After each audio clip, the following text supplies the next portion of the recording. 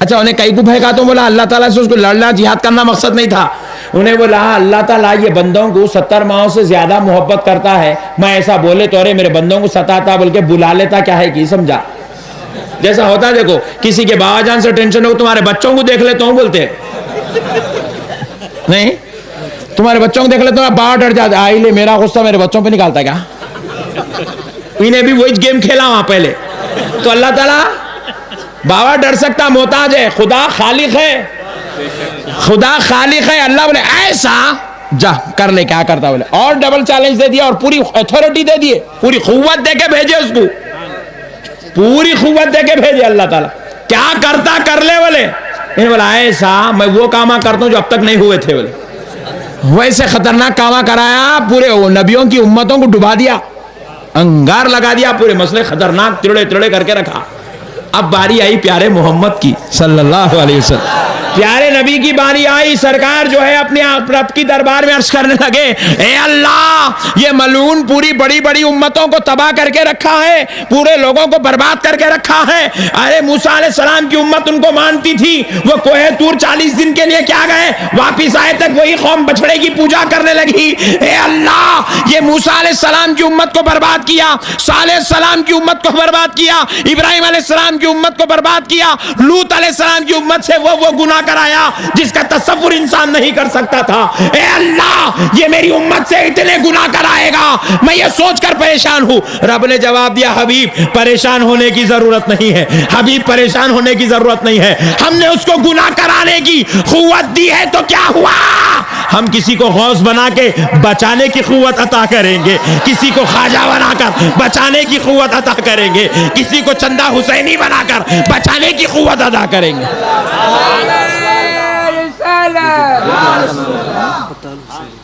بات سمجھ میں آئی دوستو, نہیں آئی. اللہ کا